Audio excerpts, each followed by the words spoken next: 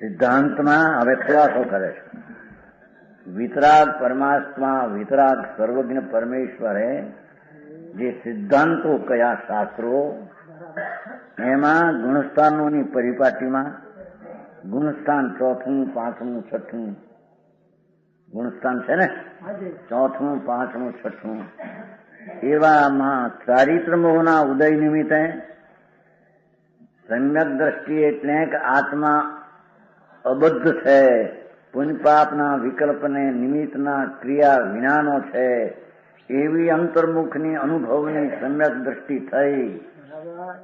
એ સમ્યક દ્રષ્ટિને પણ શાસ્ત્રમાં ચારિત્ર મોહનો ઉદય હોય અને બંધ કહેવામાં આવ્યો છે.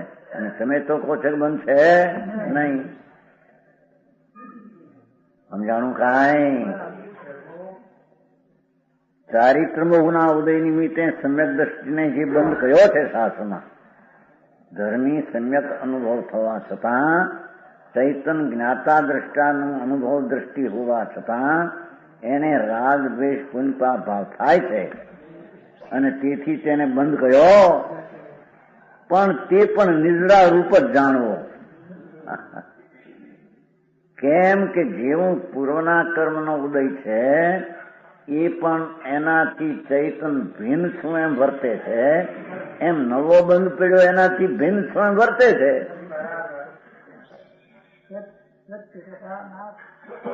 સમજાણું કાંઈ? પહેલેથી ધર્મીની દ્રષ્ટિ જ્ઞાનાનંદ ચૈતન દ્રવ્ય શુદ્ધ ઉપર છે, એથી તેને સમ્યક દર્શનમાં બંધ થતો નથી. ત્યારે કે કર્મનો ઉદય આવે ને વળી રાગ થાય ને બંધ થાય છે ને, એ પૂર્વનો કર્મનો ઉદય આવે એને જ્ઞાતા જ્ઞેય તરીકે જાણતા તે ખરી જાય છે.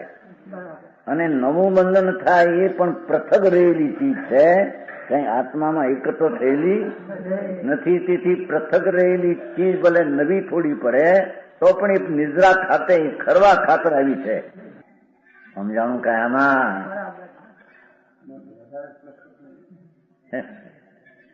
જુઓ ને, વાત થઈ ને પહેલી, ત્યારે તો મિથ્યાથી ઉપર વાત કે આત્મા વસ્તુ પોતે ભગવાન આત્મા એ તો પુણ્ય ને પાપના દયા દાન વ્રત ભક્તિ કે કામ ક્રોધનો વિકલ્પ છે. એ રાગથી તો ભિન્ન છે, કારણ કે રાગ છે તો આશ્રવ છે, આશ્રવ તત્વથી આત્મા તો ભિન્ન છે. એને ભિન્ન જેને નથી માન્યો એને બંધ વાળો માન્યો, એને બંધ ભાવ થાય છે અને એને બંધન પડે. અને જેને આત્માને બંધ ભાવ વિનાનો જ્ઞાન સ્વરૂપ છું, પરમ બ્રહ્મ છું, આનંદનો કંદ છું, સુખ સાગર છું, એમાં વિકારને સંબંધ કઈ નથી. હોય સંબંધ તો આત્માને પૂર્ણ શુદ્ધ સ્વભાવ સાથે સંબંધ છે, રાગ સાથે સંબંધ. એવો આત્મા સમ્યક દર્શનમાં જેને દ્રષ્ટિમાં આવ્યો એને કે છે કઈ હજી ચારિત્રમોના ઉદયથી થોડા રાગદ્વેષ થાય છે ને. ચોથે ગુણસ્થાને સંકિતીને સ્ત્રીઓ હોય, ભોગ હોય, લડાઈ હોય એવો રાગ હેચ્છા થાય છે ને. અને શાસ્ત્રમાં એને બંધન પણ કહ્યું છે ને. આંબળ કે ધીરોથી આંબળ કે સમ્યક દ્રષ્ટિ જે બંધ કર્યો તે પણ નિદ્રા રૂપ જ જાણવો. જેમ જૂના કર્મ છે એ પણ પૃથક રૂપે પડ્યા છે ધર્મીને, એમ નવા એ પૃથક રૂપે રહ્યા છે. એટલે પૃથક રૂપ રહ્યા કહો કે નિદ્રા થવાને લાયક કહો એમ છે. સમજાણું કાંઈ? સમ્યક દર્શન અને મિથ્યા દર્શન. મિથ્યા દર્શન એ આખા સંસારનું મૂળિયું અને સમ્યક દર્શન એ આખા મોક્ષનું મૂળિયું. બે વાત છે. પછી રાગદ્વેષ થોડા થાય એની અહીં ગણતરી ગણી. કેમ કે રાગદ્વેષ થયા એ પણ જ્ઞાની ને જ્ઞાનનું જ્ઞેય છે. આ એનાથી કઈ નવા રજકણ આવ્યા એ પણ પૃથક જ્ઞાનીનું પૃથક જ્ઞેય છે. એટલે પૃથક વર્તે છે. પૃથક વર્તે કહો કે ખરવાને લાયક થઈને રહ્યું છે કહો. સમજાણું કાંઈ? અજ્ઞાની બાહ્ય ત્યાગમાં હો, મહાવ્રત પાળતો હોય, પણ એ મહાવ્રતનો જે વિકલ્પ શુભ રાગ છે, એ રાગ છે, વૃત્તિ ઉઠે છે. એ રાગને પોતાનું કર્તવ્ય માને છે, એટલે બંધ ભાવને પોતે માને છે, અબંધ સ્વરૂપી આત્માને માનતો નથી. એથી એ બંધ ભાવને જ પોતાનું સ્વરૂપ માને છે. તેથી બંધ ભાવમાં જ છે. ચાહે તો નવા કર્મ બંધ પડે કે ચાહે તો જૂના હોય કે ભાવ રાગ વર્તમાન હોય, બંધ ભાવમાં જ છે.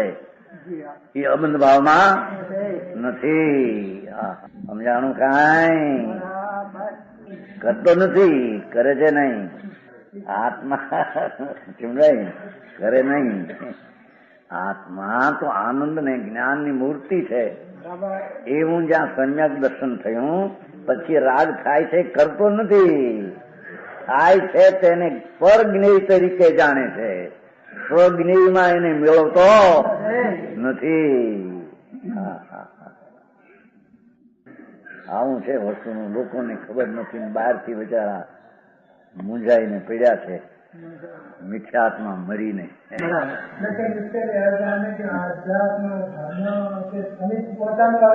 बिल्कुल नहीं, अज्ञान है. निरोध में पहुंचाने वाला मिथ्या भाव है.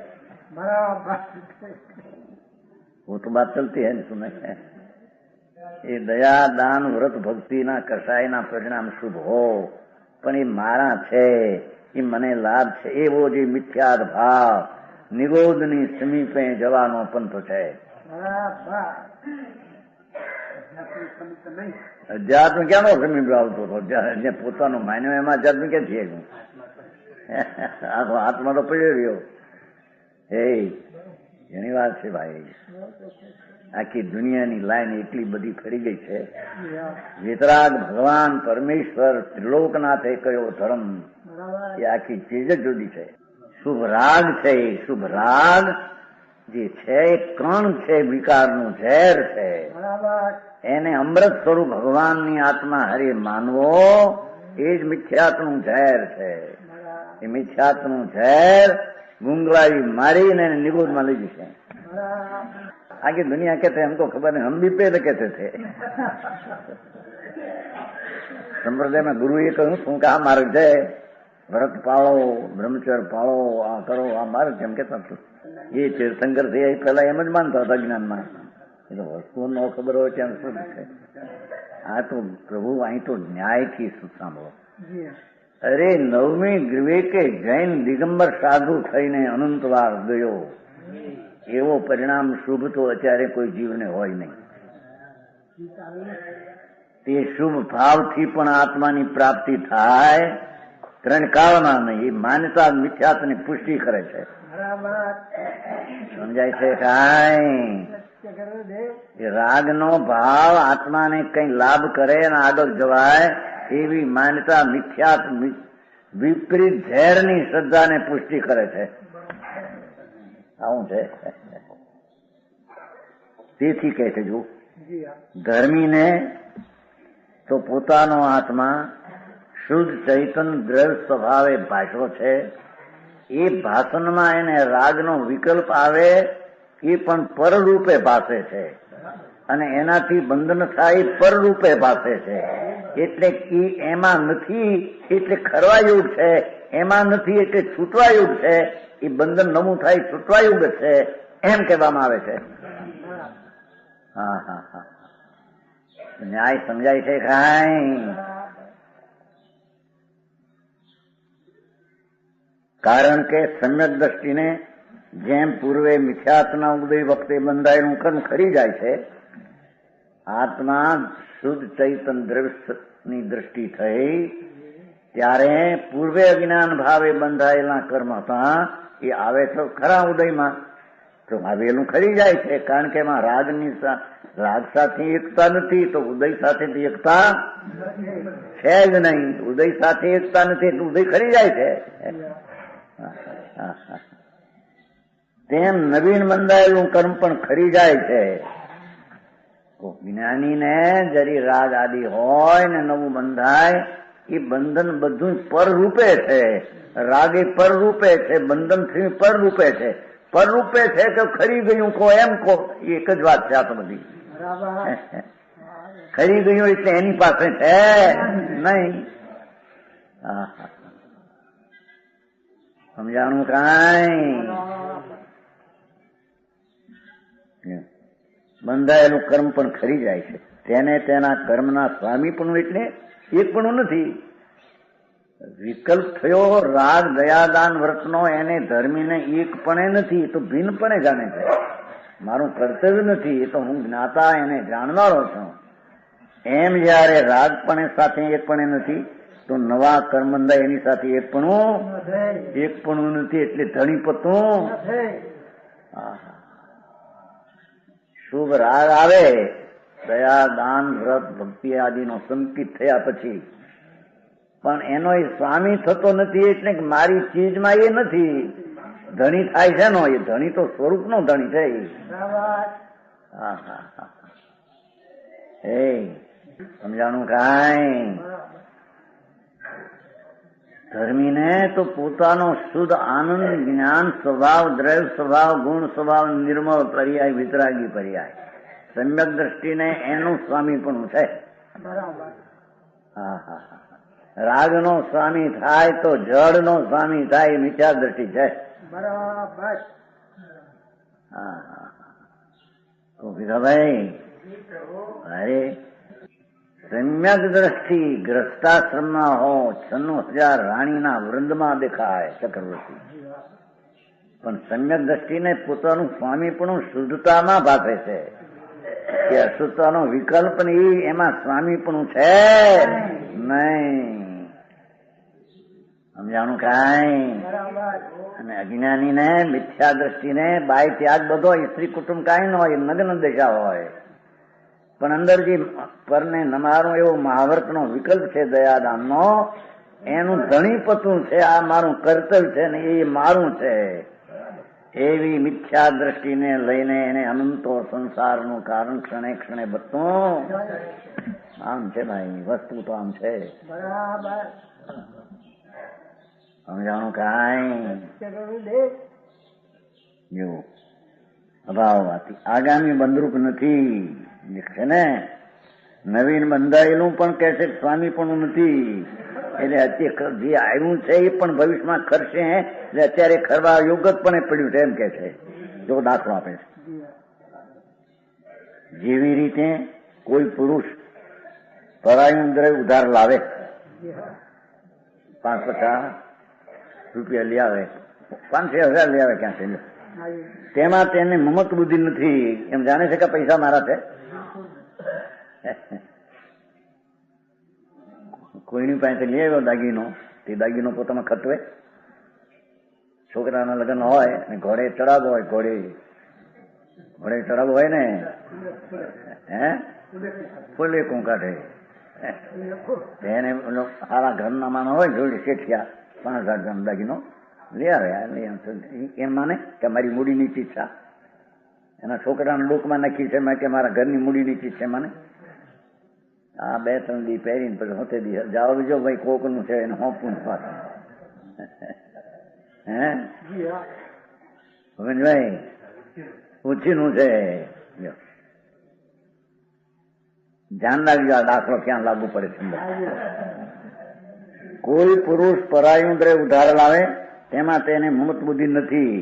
વર્તમાનમાં તે દ્રવ્યથી કાંઈ કાર્ય કરી લેવું હોય તે કરીને કરાર પ્રમાણે કરવું, એટલે કે એમ જાતનું પહેરાવ્યું કોકને, છોકરાને પોતે કંદોરો કોકનો લઈને પહેર્યો, કોના નવરા પહેરે છે ને, બસ દેખાવ થઈ ગયો એટલો, કોનાના બટન છે ને.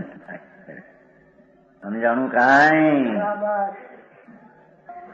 અહીં કે છે કે અહીં જ્યાં સમ્યક દ્રષ્ટિને જે રીતે કોકનો ઉદ્ધાર લાવેલી ચીજ પાછી હોંપી છે કે નહીં,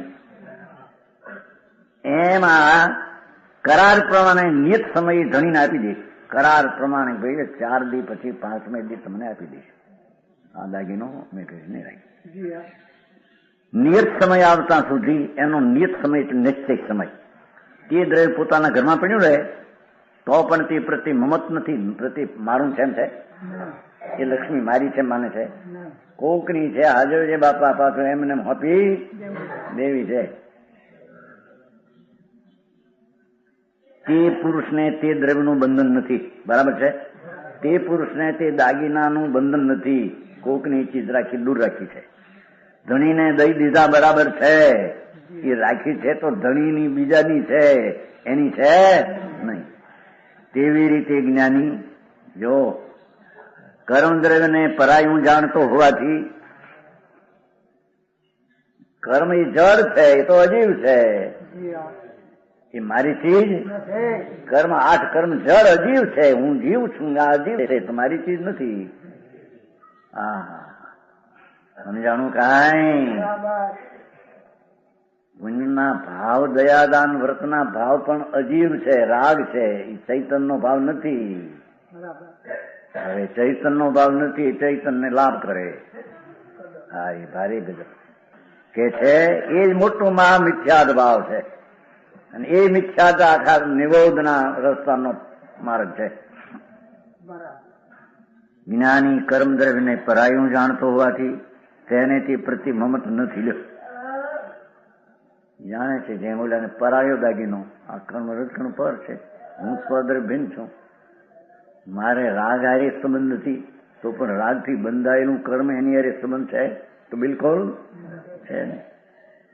નિદ્રી ગયા સમાન જેમ જાણવું, એને તો મોજૂદ હોવા છતાં ઓલાના ઘરમાં એ રકમ પડી છતાં તે પરની છે, એની નથી, એમ મોજૂદગી છે. એમ ધર્મી જીવને એ કર્મ એનામાં દેખાય નયા બંધન પણ એ પરરૂપે છે, પોતાપણે છે.